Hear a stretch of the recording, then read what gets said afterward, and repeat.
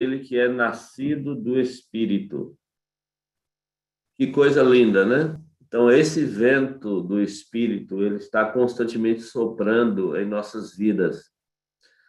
E nós precisamos pedir a Deus cada dia mais que Ele sopre em nossa família, que Ele encha a nossa família, que Ele dirija a nossa família, que Ele cuide da nossa família, que Ele proteja a nossa família e que torne a nossa família uma família blindada, uma família missionária, uma família uma família fiel, uma família dedicada a Deus. Nesta manhã nós temos conosco o pastor Osias, é o nosso secretário da igreja aqui para a região. E o pastor Osias vai dirigir a palavra nesta manhã. Mas antes eu gostaria de orar a Deus junto com vocês e pedir que esse vento do Espírito de Deus sopre em nossas vidas nessa manhã, durante esse dia, tá certo? Vamos fechar os nossos olhos e vamos invocar a presença do Espírito do Senhor. Senhor soberano e eterno, Espírito maravilhoso que nos assiste, que está sempre conosco, que se revelou a nós através da palavra de Deus e, através do sacrifício de Cristo, revelou também a sua graça ao nosso coração. Tem nos assistido, tem acompanhado-nos, tem mudado a nossa vida. Nós somos muito felizes, Senhor, por ter um Deus, através da pessoa do Espírito, tão grande, tão poderoso, nos acompanhando e cuidando de nós. Espírito soberano, nós precisamos ver, sentir a ação do Senhor na vida de tua igreja, na vida dos teus jovens, na vida de tua família que nos assiste nesse momento e aqueles que não assistem, mas que estão em casa, que o Senhor movimente, se levante para reavivar a tua igreja aqui em Brumado e região e toda a Bahia Sudoeste. Por favor, Senhor, não nos deixe a sós neste mundo tenebroso e escuro. Guie os nossos passos, sopra em nossa vida. Nós fazemos esses pedidos ao Senhor, não porque merecemos, mas porque o nosso Salvador Jesus Cristo morreu em nosso lugar e deu a vida para nos salvar. E é em nome dele que oramos e agradecemos. Amém. Pastor Osias, bem-vindo. Você está por aí nos... Obrigado, amigo. É uma honra e muito obrigado por ter aceito o nosso convite, viu, de estar aqui assistindo a família aqui de Brumado e região, tá bom? Amém. Tem aqui uma passagem aberta para você. Seja sempre bem-vindo aqui, viu? Obrigado, pastor Orlando. Obrigado, amigo. Obrigado pelo convite. É um prazer, é um privilégio poder estar aqui com vocês essa manhã e falar de um assunto tão importante, necessário, que é o batismo do Espírito Santo, né? Que ele possa, de fato, nesse momento, achar morada constante, permanente em nossa vida, porque quando ele sopra, o agir do Espírito é algo maravilhoso, é algo extraordinário, algo poderoso acontece na nossa vida. Pastor Alan, está me ouvindo bem? Está saindo o som bom aí? Eu preciso melhorar? Está bem? Positivo, pastor. Estamos ouvindo bem, viu? Excelente. Então, vamos lá. Vamos abrir a Bíblia. Gostaria de abrir com vocês lá em João, Evangelho de João, capítulo 16.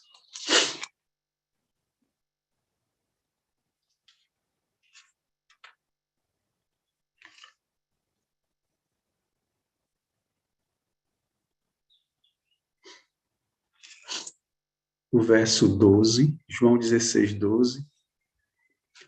O capítulo 16 de João fala sobre a missão do Consolador. São as palavras de Jesus a respeito do Espírito Santo, esse Consolador. O verso 6, o verso 1 do capítulo 16, começa dizendo: tenho-vos dito estas coisas para que não vos escandalizeis.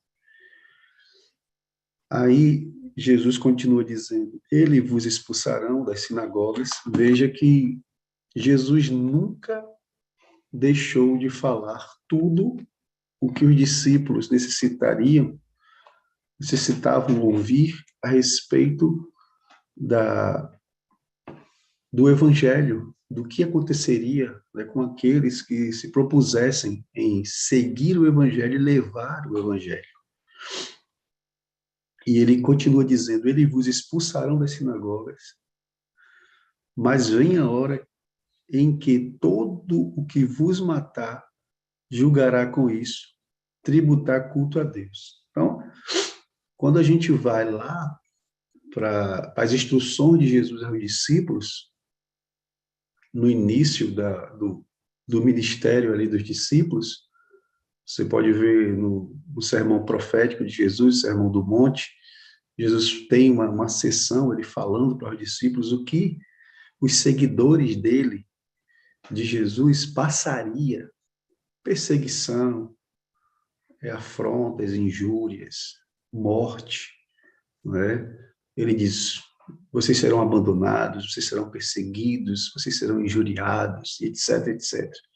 E aqui Jesus, como uma extensão de suas instruções, agora em João 16, numa perspectiva do Consolador, ele continua dizendo: as pessoas vos matarão, mas isso será um tributo a Deus. Olha que coisa interessante, né?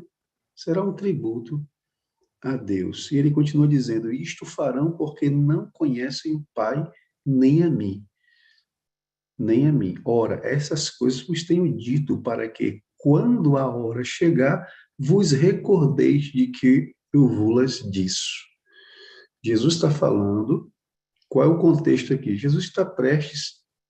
Isso aqui faz parte de um contexto de palavras de despedida de Jesus. Jesus está prestes a morrer, a sair dessa terra e deixar os seus enviados aqui, os seus discípulos aqui. Então Jesus começa a falar essas palavras, né, introdutórias à sua despedida, né? São palavras de despedidas, introduzindo ali, anunciando o Espírito Santo. E nesse contexto ele está dizendo: olha, em algum momento, quando essas coisas acontecerem com vocês, vocês podem ficar espertos. É tudo isso que eu anunciei. Então, quando vocês tiverem sido perseguidos, alguns de vocês mortos, isso é para a glória de Deus. Eles vão fazer isso. E vocês vão se lembrar quando essa hora chegar, de que eu avisei para vocês. Verso 5: mas agora vou para junto daquele que me enviou, e nenhum de vós me pergunta: para onde vais? Pelo contrário, porque eu vos digo essas coisas, a tristeza encheu o coração. Jesus está dizendo aqui que é como se Jesus estivesse revelando aqui que o amor deles estavam mais preocupados com as palavras de Jesus, no tocante a dizer que eles seriam mortos, que eles seriam perseguidos, que eles sofreriam, do que o que Jesus estava falando realmente para eles, de que estava se despedindo. Ora, vocês não têm, o amor de vocês não é suficiente, eu estou me despedindo e vocês estão preocupados com o que eu disse para vocês, que vocês seriam perseguidos, que vocês seriam mortos. A tristeza do coração de vocês é por essas coisas. Se vocês não se entristecem, porque eu estou dizendo que vou para o Pai. 16, verso 7. Mas eu vos digo a verdade. Convém que eu vá, porque se eu não for, o Consolador não virá para vós outros. Se, porém, eu for, eu vou-lo enviarei. Quando ele vier, convencerá o mundo do pecado, da justiça e do juízo. Do pecado, porque não crê em mim, da justiça, porque eu vou para o Pai, e não me vereis mais, e do juízo, porque o príncipe deste mundo está julgado. E aí Jesus amplia a conversa anterior, dizendo: tenho ainda muito que vos dizer, mas vós não podeis suportar agora.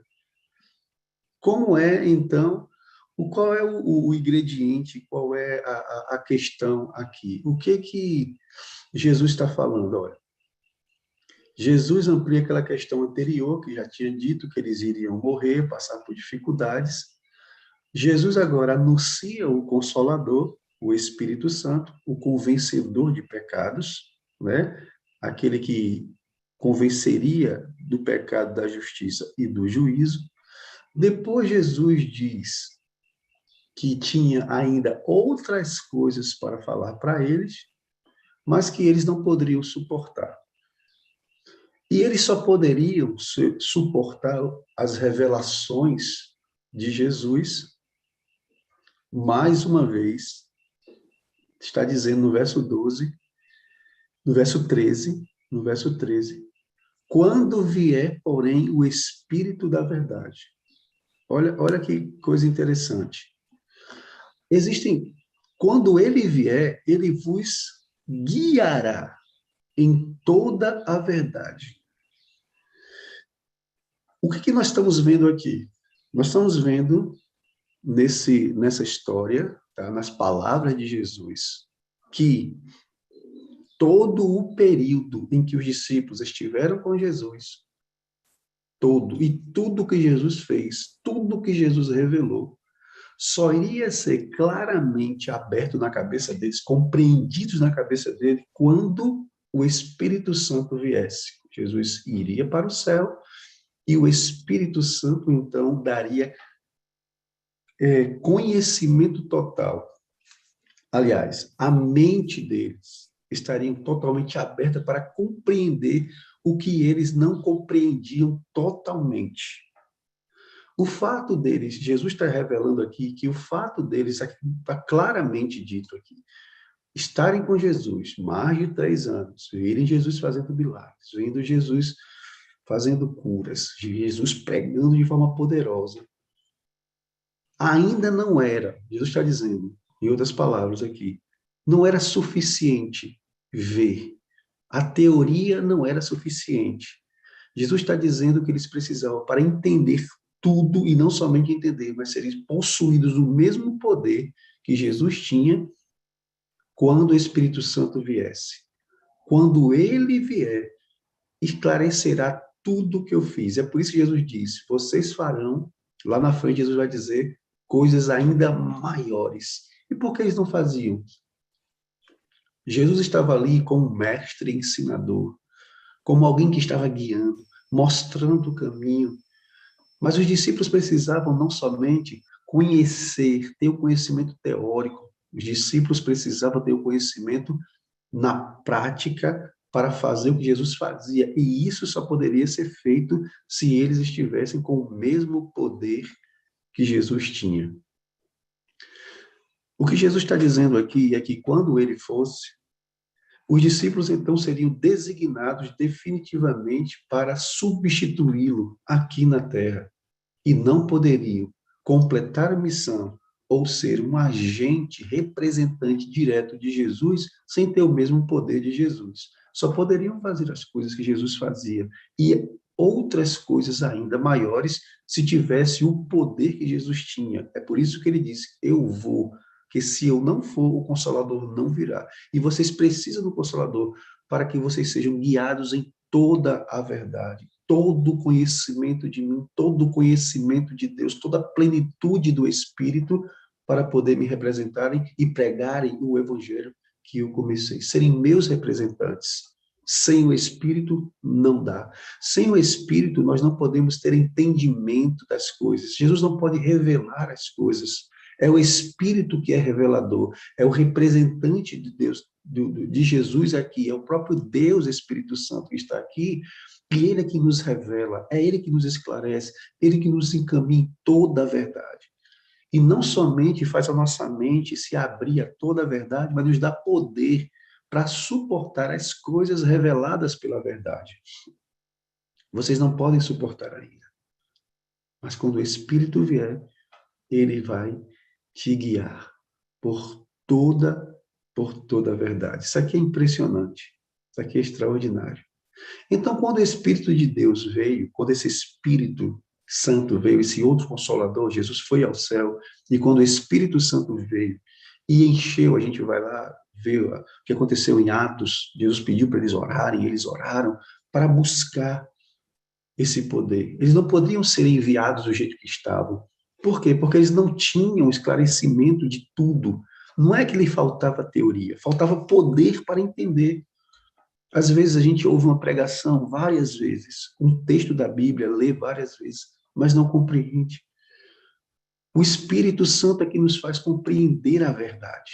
Não basta apenas ler a Bíblia. Tem muita gente lendo a Bíblia, tem muita gente lendo, mas a vida não muda. É necessário que o Espírito que revelou a verdade, que revelou ao Pai, que revelou, é o revelador de Jesus, é o revelador do ministério de Jesus, é o Espírito Santo, o revelador de Deus. A palavra de Deus é apenas, se você ler a Bíblia sem o Espírito, você vai ler apenas, está vendo tinta, letras em papel. Mas quando o Espírito vem, ele guia em toda a verdade, ele abre a mente, ele dá poder para a gente entender. Jesus está dizendo isso. Vocês precisam do Espírito, vocês não podem ser teóricos. Porque a teoria não vale de nada, ou tão pouco. Mas, em essência, não transforma. A teoria, o conhecimento, o que é o conhecimento? Vocês entendem o drama de Jesus? Quando eles tinham apenas o conhecimento superficial de Jesus, sem o Espírito Santo, o que acontecia? Mesmo estando com Jesus, eles brigavam, eles disputavam o poder. Então, ter o conhecimento apenas da verdade e ainda estar vivendo com Jesus cerca de 3 anos, ou algum tempo mais, 3 anos e pouco, ainda não era suficiente para eles serem verdadeiramente conhecidos como cristãos. O que me torna cristão não é o fato de eu ter sido batizado há 3, 4, 5, 10, 20, 30 anos, 40 anos. Isso não me torna cristão. O não me torna cristão eu professar que sou um adventista. O que me torna cristão não é dizer que eu sou pastor da igreja adventista. Isso não me torna cristão.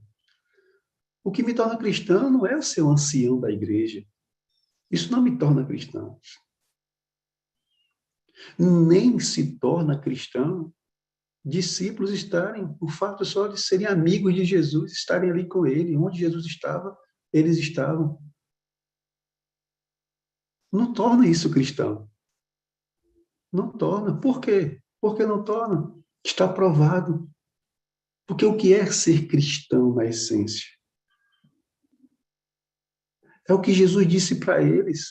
Como é que a pessoa está ali com Jesus, andando com Jesus, e disputando o cargo, brigando um com o outro puxando a espada para cortar a orelha do outro, o outro querendo puxar o tapete do outro, um brigando. Amigos, o que torna uma pessoa cristã? Jesus está aqui dizendo, vocês precisam, eu preciso ir, e o Espírito Santo precisa tomar a vida de vocês para que haja uma transformação, para que vocês se tornem verdadeiramente meus seguidores.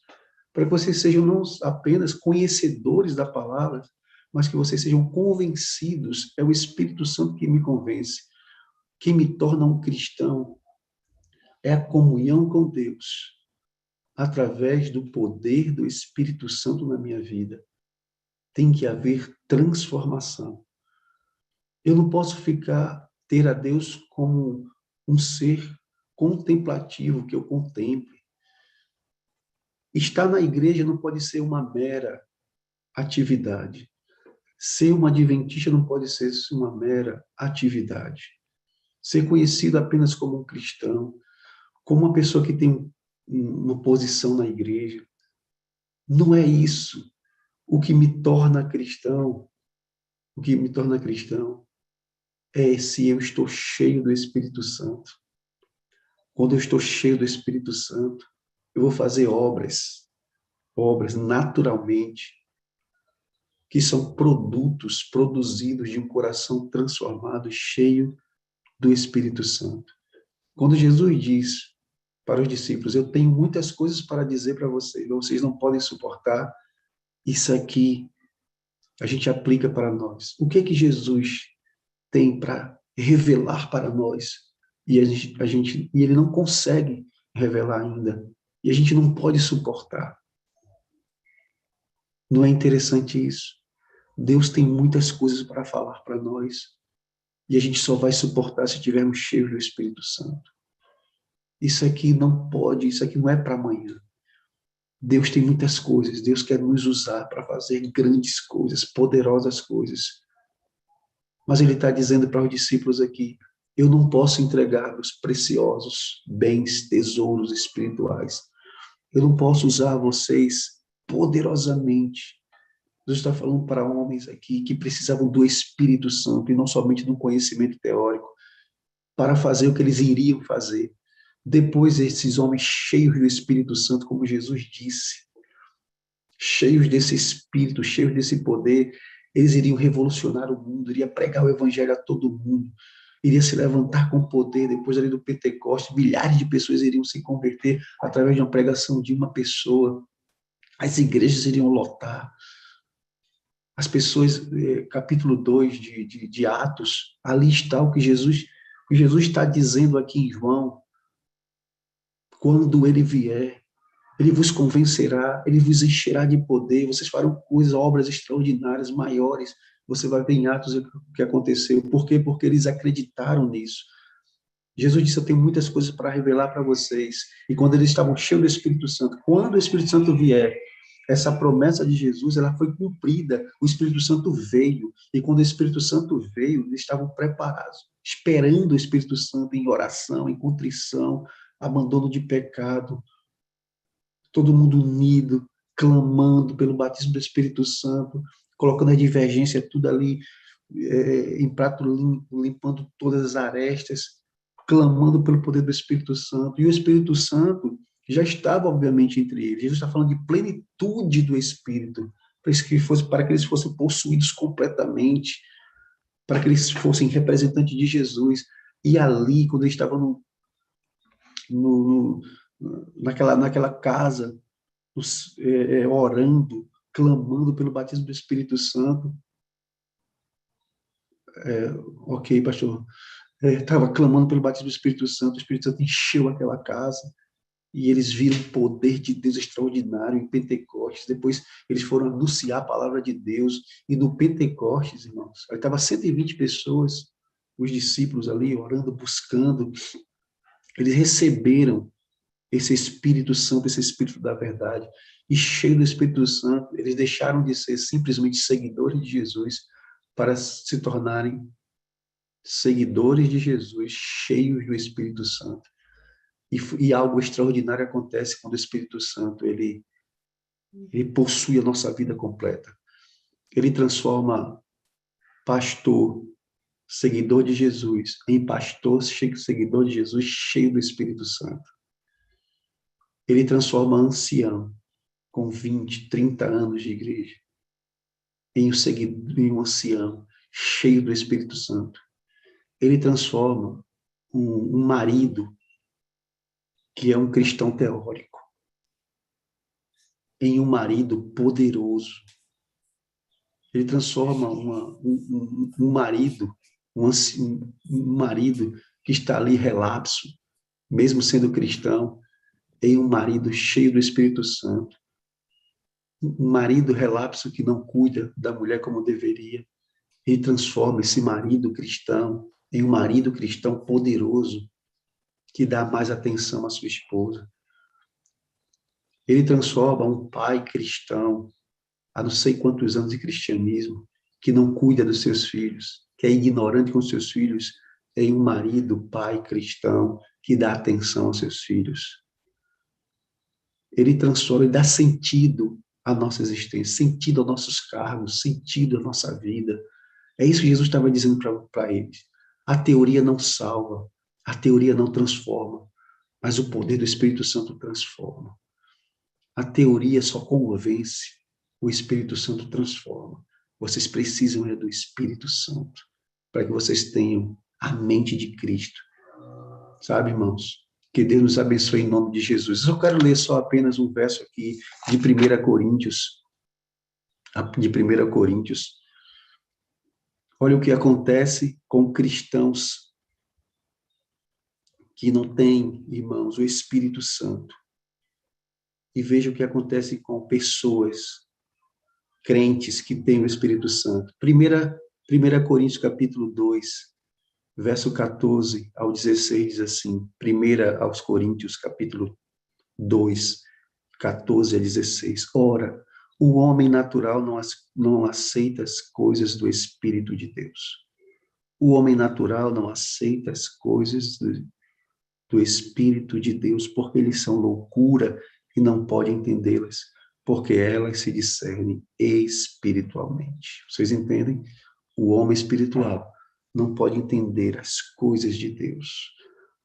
Um esposo natural, que é um homem natural, pode ser até um crente natural, que não é espiritual, não entende as necessidades de uma mulher espiritual. Um pastor que não é espiritual não entende as coisas de Deus, que são espirituais. Um filho natural não entende as coisas de Deus, por isso nunca vai entender o seu próximo. Um namorado natural, ele não pensa como Deus, não discerne as coisas de Deus, e por isso suas ações serão carnais, os seus desejos serão descontrolados, não haverá transformação, não vai aguentar suportar a pressão da carne.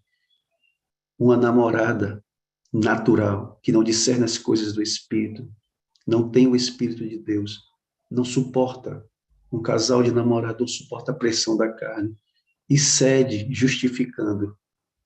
Somos seres humanos, etc. Não conhece o poder sobrenatural de Deus.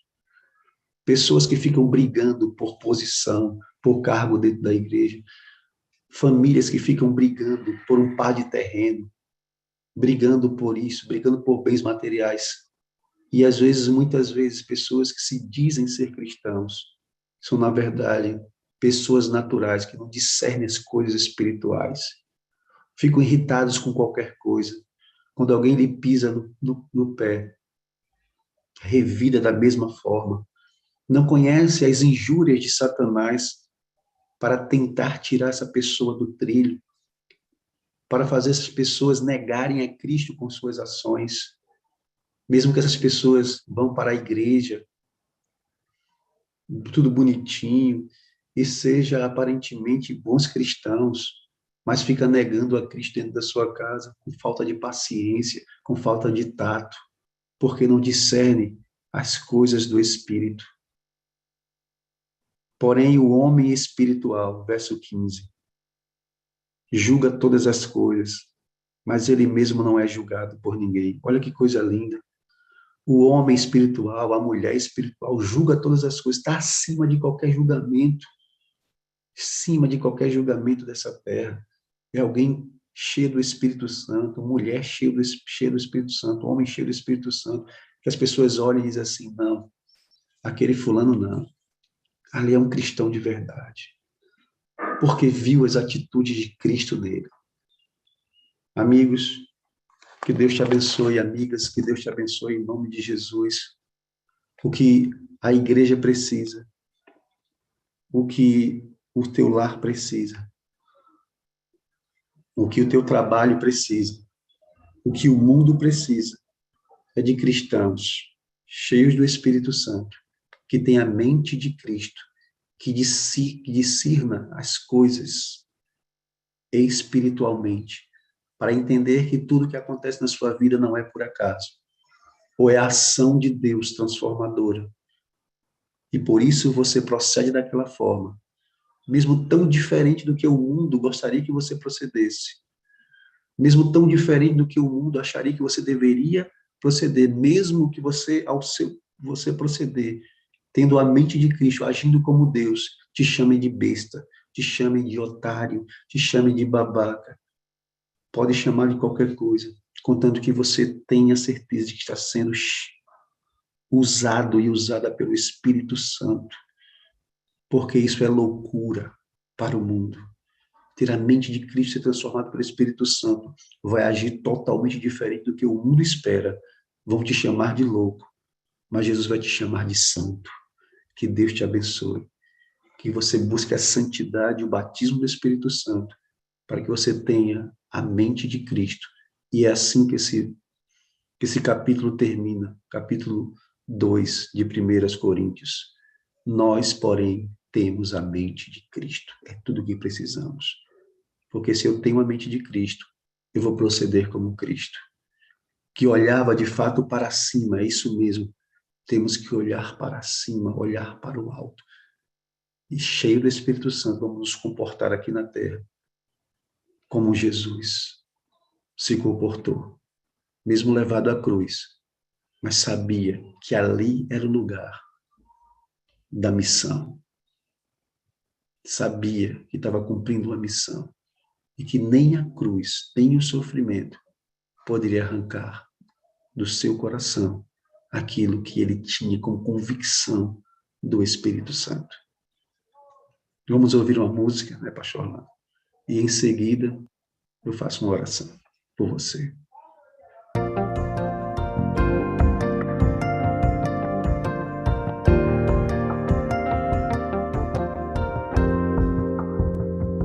No amanhecer,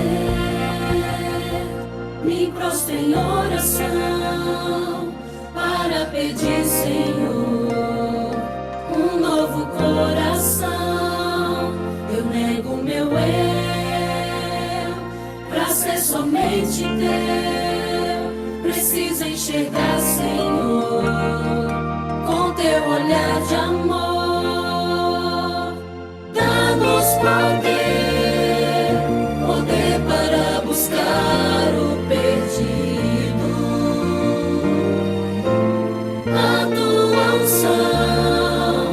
unção para curar o ferido. Com teu poder, serei a mão que acolhe o aflito. Usa-me, Senhor, em tua presença, na sala de oração. Receba as vitórias, Pai, vindas de tuas mãos. Eu reconheço, ó Deus, que tudo que tenho é teu. Me ensine a usar, Senhor, tudo pra teu louvor. Dá-nos poder para buscar o perdido. A tua unção para curar o ferido. Com teu poder, serei a mão que acolhe o aflito. Usa-me, Senhor. Eu quero ser as tuas mãos para levantar o meu irmão. Eu quero ser a tua voz a proclamar a salvação. Dá-nos poder para buscar o perdido. A tua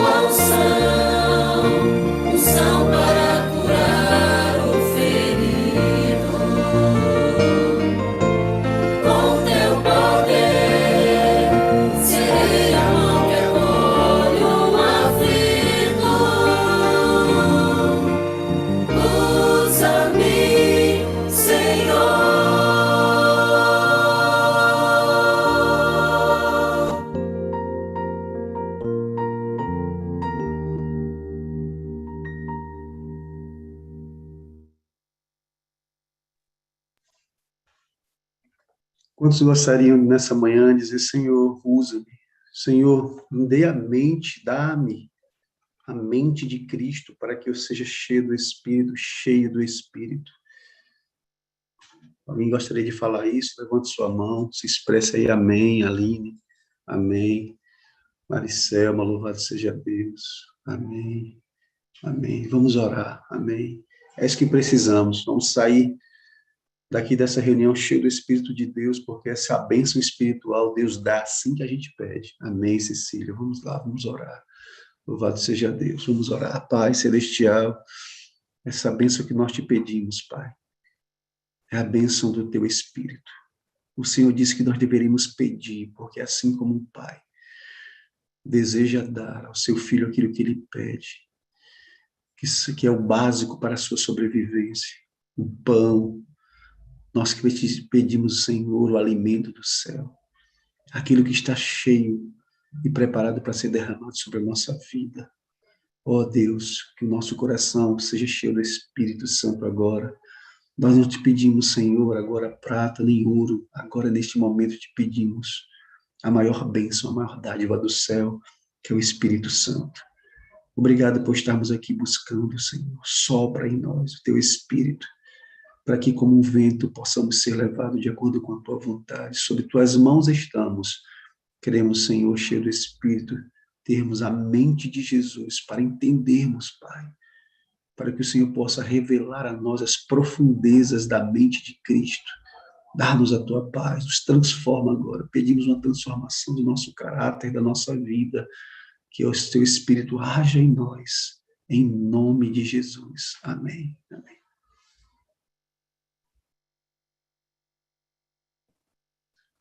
Amém, amém. Obrigado, pastor Osias, muito obrigado mesmo, viu? Deus continue Amém. usando o Senhor poderosamente, viu? Amém, pastor. Amanhã, no mesmo horário, nós teremos aqui o pastor Dário. O pastor Dário está aí conosco, não é isso? E amanhã ele vai estar pregando a palavra aqui com a gente, viu? Para finalizarmos, se você quiser abrir a sua tela e dar um bom dia aí para os irmãos, é bom